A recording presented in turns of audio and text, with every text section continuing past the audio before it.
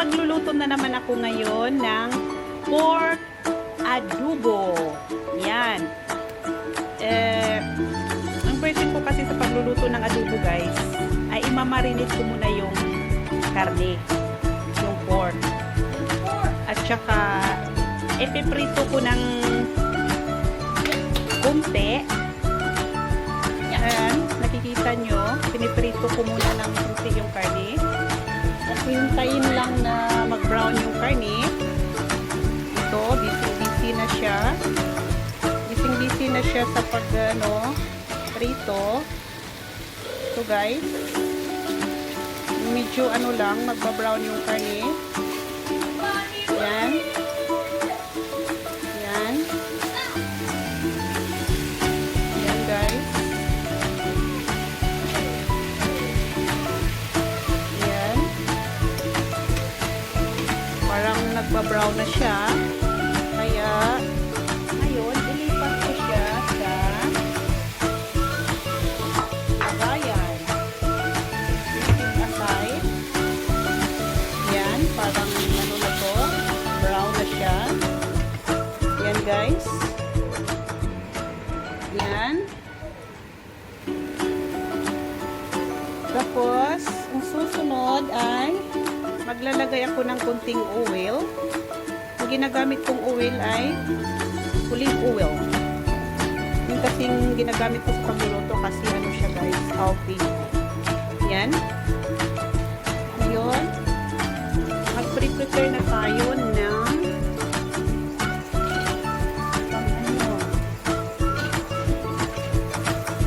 pangsahog niya. Una, ay tika nga pala, guys, ito yung mga ginagamit ko sa pagluluto ng pork adobo. May version. Sibuyas, bawang. Naglalagay din ako ng dahon ng laurel, paminta, vinegar. Ang ginagamit kong vinegar ay apple cider vinegar. At saka maglalagay din ako ng kunting tuyo kasi hindi enough yung tuyo na minarinate ko sa pork. Ito, guys, hindi na to. Maglalagay na tayo ng bawang.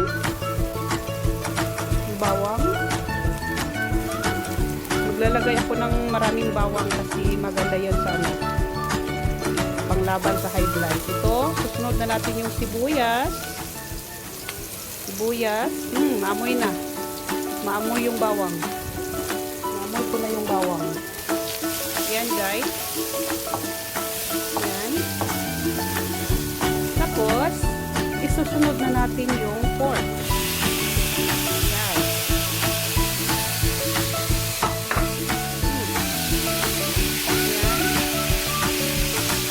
Yan, guys. Bango na. Hindi pa luto, pero bango na.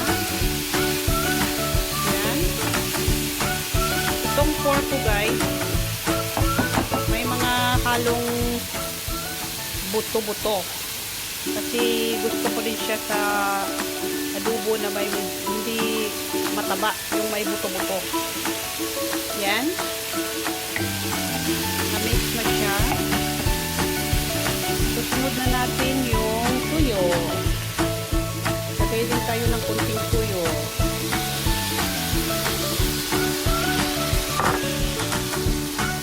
Yan.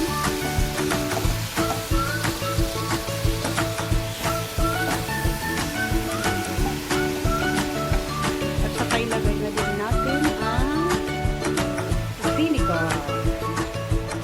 Yan, guys. Yan. Ihalo lang natin. Siya, guys.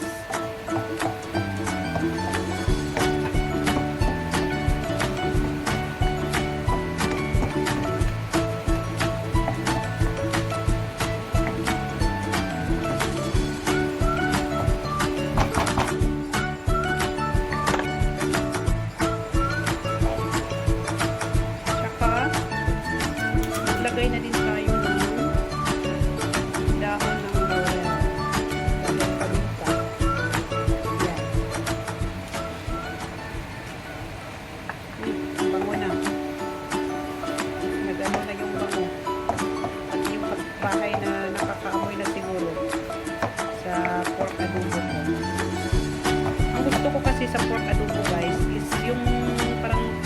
siya, toasted. Yung wala masyadong sauce. Yung konti na lang talaga yung sauce. Takpan lang natin to guys. At hintay ng ilang minuto para maano yung pork. Malambot. At saka guys, pag kulang yung sauce, maglalagay din tayo ng tubig.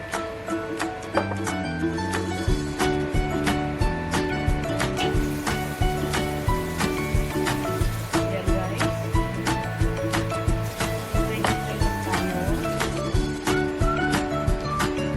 At saka hindi masyado malakas yung apoy. Kasi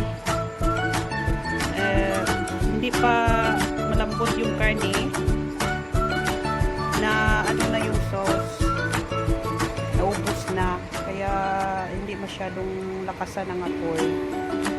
Yan guys, kumukulo na siya, yan.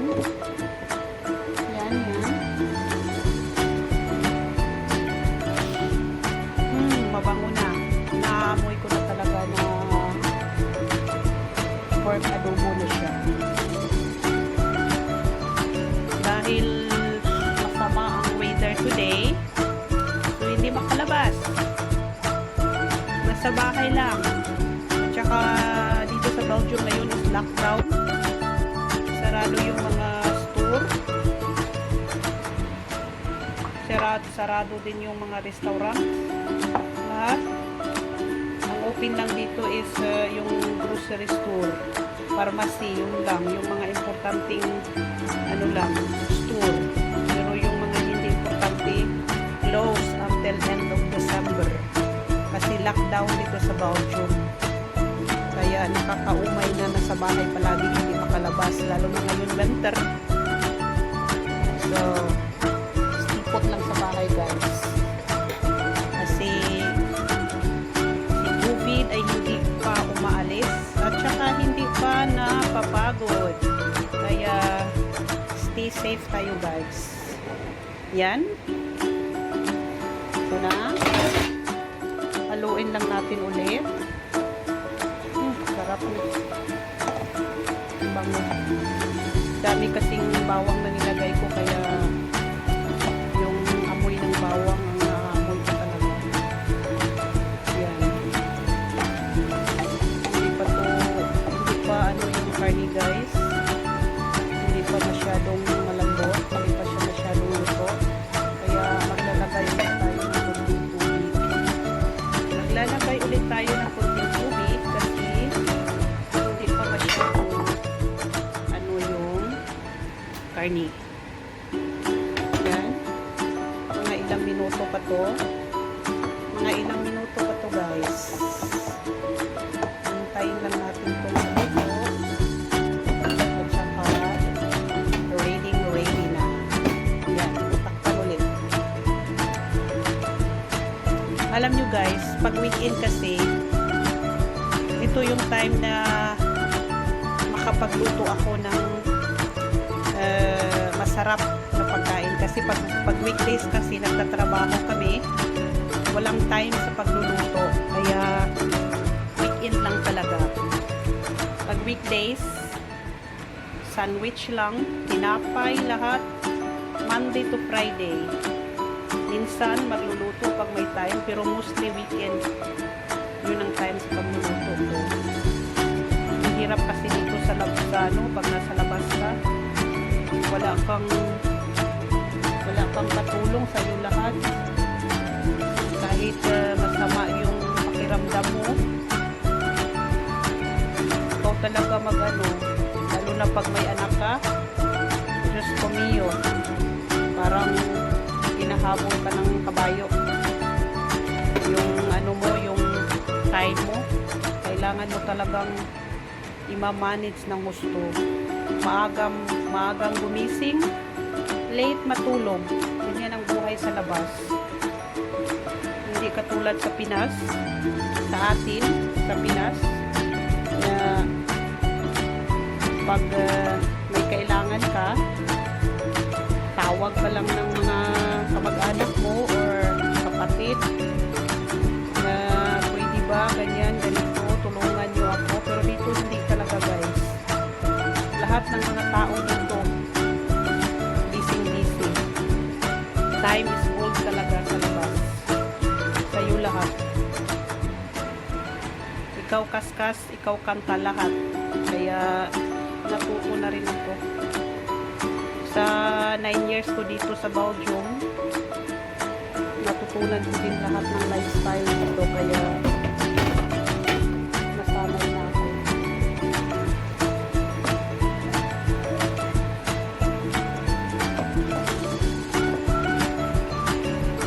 Kaya go lang. Life must go on.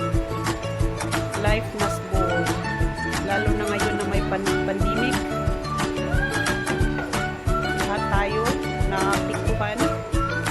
Pero patuloy pa rin ang daloy ng buhay.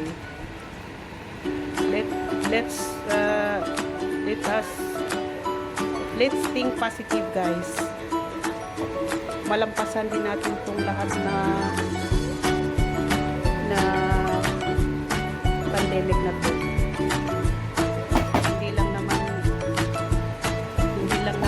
ikaw, ako, lahat tayo na apektuhan. Kaya tuloy lang ang laban sa buhay guys. Yan, malapit na. Nagugutom na ako. Ano na to? Malapit na siya maluto. Hindi na ako maglalagay ng ano guys, ng asin kasi tama na yan. Tama na yung taste niya. May tuyo na. Sarap na. Maglalagay lang ako siguro ng kunting pepper. Kunti lang kasi ang sobrang maalat, masama yan.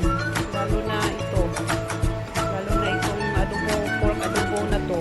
Masama sa mataas ang blood pressure. Pero okay lang. Hindi palagian. Minsan-minsan.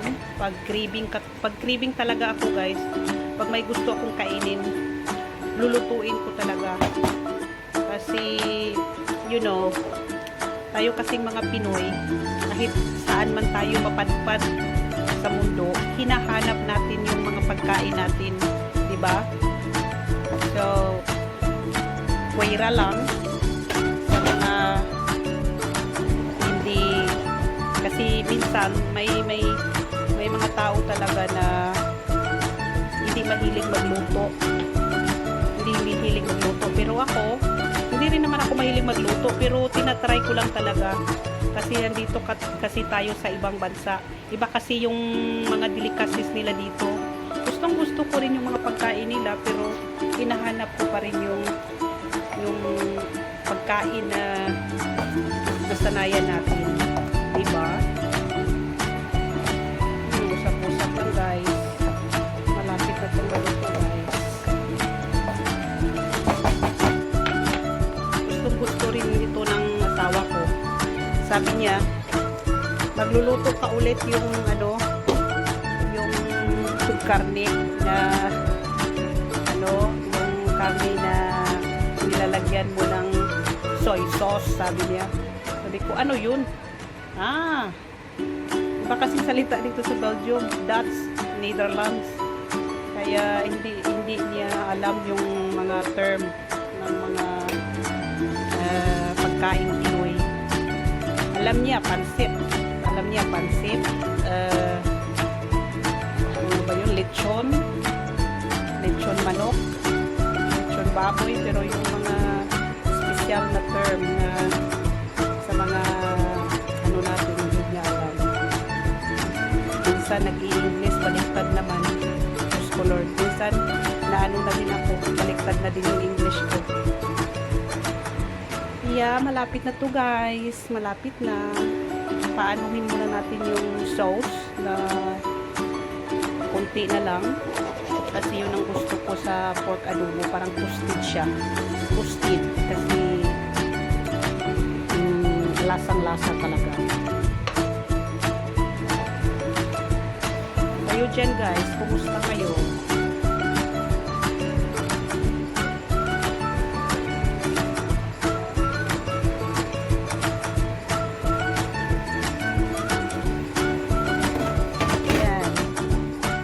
Guys, kunti na lang yung sauce. Ito na ang pinaka inihintay ko na pork adobo. Yan guys. Yan. I'm sure magugutom na naman kayo nito guys. Magugutom na naman kayo nito pag matingnan niyo ito.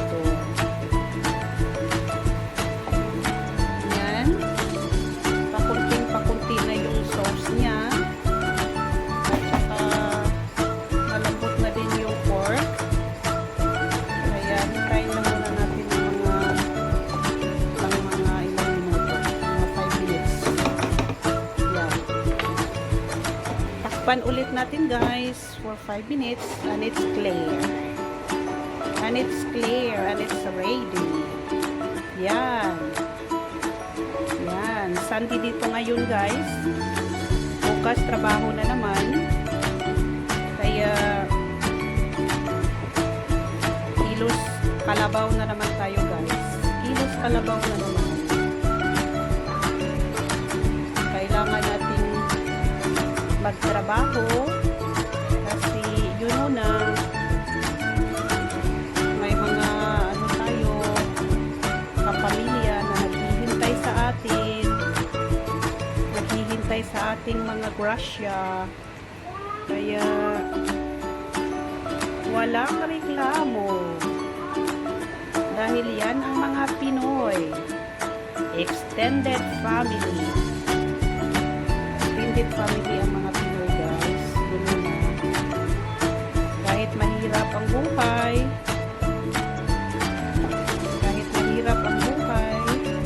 sama-sama pa rin tayo sa hirap at ginhawa. Life must go on. Alam nyo guys, kanina nung nag-breakfast kami, kumuha yung asawa ko ng wine, champagne. Yeah. At saka sabi niya, gusto mo? Sabi ko, ay ayaw ko. Ang lamig-lamig.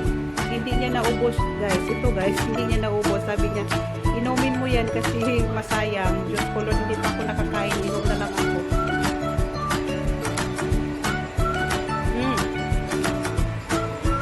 Champagne, guys.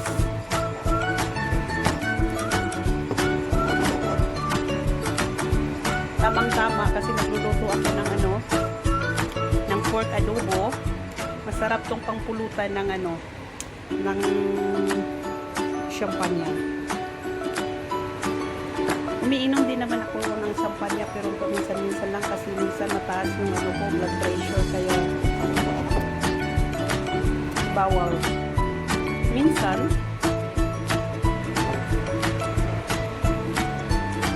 inuman pag may mga party, pero hindi masyadong marami kasi minsan taas yung blood pressure ko. Sabi ng doktor,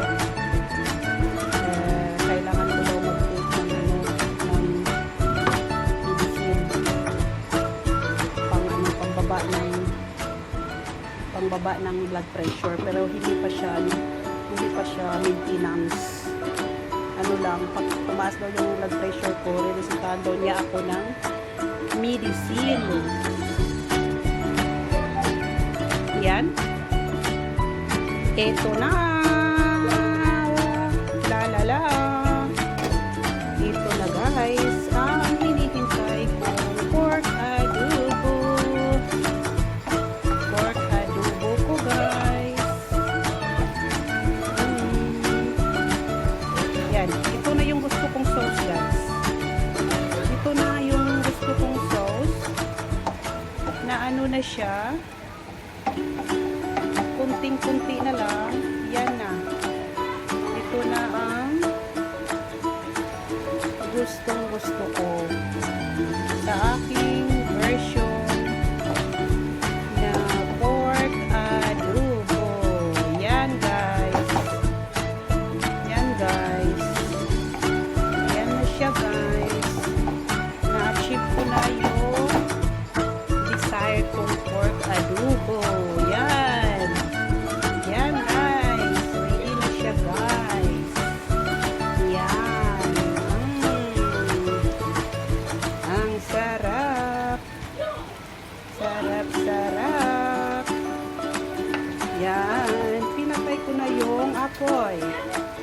saka maano siya. Yan. Yan guys. Yan ang gusto ko ng pork adobo.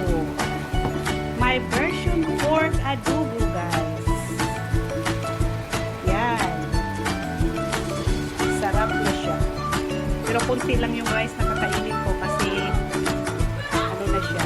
Puti na yung pork. Okay guys. Ready na yung lunch namin. Kaya bye-bye. See you of my next video. Stay safe guys. Bye-bye.